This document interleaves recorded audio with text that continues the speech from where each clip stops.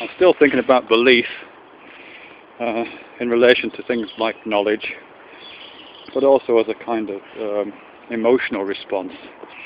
And here I guess I'm picking up on a video I made yesterday referring to Robert Burton's idea of, well, he's talking about certainty actually. Certainty is the feeling of knowing. And I guess that relates to belief. But I think there are some differences which I'm not quite sure how to articulate or how to think about really yet. But one of the things I have been thinking about is to do with, how can I phrase this? Well, I suppose what I'm thinking about is that is I feel like I need to get to grips with my own understanding of this a bit better really. All of my thinking about belief so far has been driven by various writings, and that's fine, and that's absolutely essential. And I'm not going to make any claims to have original insights into belief that I can tap into. All that stuff is, I would imagine, outside of myself to start with. But I'm trying to think of experiences that I can just kind of connect up to some of the things I've been thinking about and reading about. And one of the events that I was reminded of this morning, I can't remember what brought it up actually. Well, kind of actually. I was walking my dogs about half an hour ago, and there was a bunch of swans flew overhead, making that fantastic noise that they make, which is it's like their wings need oiling or something. They make this great creaking sound as they fly. But what it reminded me of was a present actually that I bought my mum years ago when I was a kid, when I was about, I don't know, about 11 or 12, something like that. And it's my mum's birthday. My mum's birthday is 23rd of January. So I'm guessing this must have been, well, knowing me, probably the 21st to the 22nd of January. You know, either 68 or 69, that kind of year.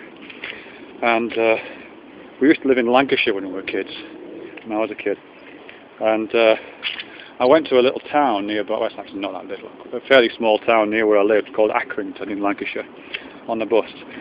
And went to a shop I knew and I bought this little glass swan. Actually, looking back on it, it was really horrible. It was a glass swan about, I don't know, 5 inches long and about the same high. And it was hollow, it was like blown glass. And the idea is that you fill this thing with liquid in a little hole in its back, coloured liquid, so you fill it with blue water, and then you stick this little plastic flower that came with it into the hole, and it's an attractive ornament for the home. Which, you know, when I describe it to myself now, it feels like a Jeff Koons sculpture, but I think actually it was just really horrible. And yeah, I went to Accrington, bought the glass swan, got back on the bus to come home, sat on the upper deck of the bus, front seat, and took it out of the box to look at it. And when I put it back in the box, it was a bit of an ungainly fit, and I was a bit of a clumsy child. So I put it back in the box, put the lid on, and when I pushed the lid down on this box, I could really feel this strong crack, and I could hear the crack as well. And I knew, as soon as I did that I'd pushed too hard on it, and the neck of the swan had broken. Absolutely knew that, without any doubt at all. Just pushed it down, neck broke. And what happened next, for me at least, looking back on it, is a really interesting moment. Because I firmly knew that that's what had happened, that I'd broken my mum's present.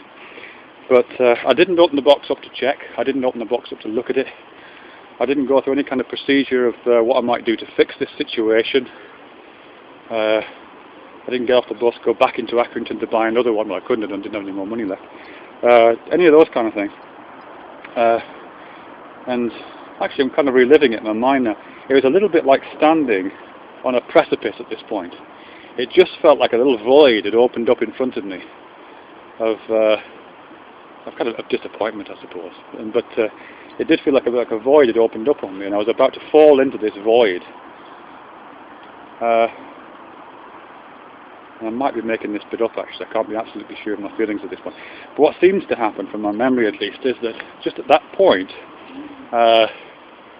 another possibility seems to have arisen, which is the possibility that I might be mistaken, the possibility that I might have hallucinated that crack and that feeling of the box lid pushing down suddenly, that I might have just imagined it, that that everything might be fine, that the whole thing may not have happened, that the swan was in one piece inside the box. I kind of imagined that possibility, and I grabbed onto that possibility so hard, I can't tell you. And I can only choose to call that grabbing on a belief, a kind of willful belief, a really willful belief, but firmly held, not there was, as far as I remember at least, there was nothing fictional about it, there was nothing made up about it. It wasn't that I was pretending to believe it. I absolutely remember believing that very firmly.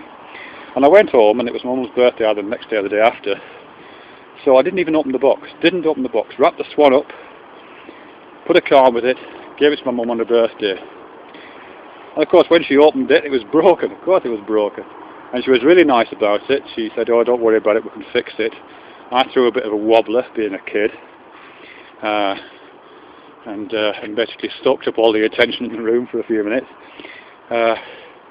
My mum did try to fix it. I think she fixed it with chewing gum, filled it with water, stuck a flower in it, stuck it on the windowsill, and it was there for years. It was there for absolutely years, with its neck at a slightly ungainly angle because she couldn't get it perfectly straight. And all that time, there was two things going on for me. On the one hand, I absolutely knew throughout this whole process, from the moment I felt that movement in the box when I was on that bus, I had knowledge of, that the swan's neck was broken. But from the moment I made that desperate grasp for an alternative, I firmly believed that it was in one piece. So it's almost like, for those, I'm not quite sure what I think now actually, it's all these years later, but I think that for quite a long time I was absolutely in possession of two conflicting, contradictory mental states simultaneously.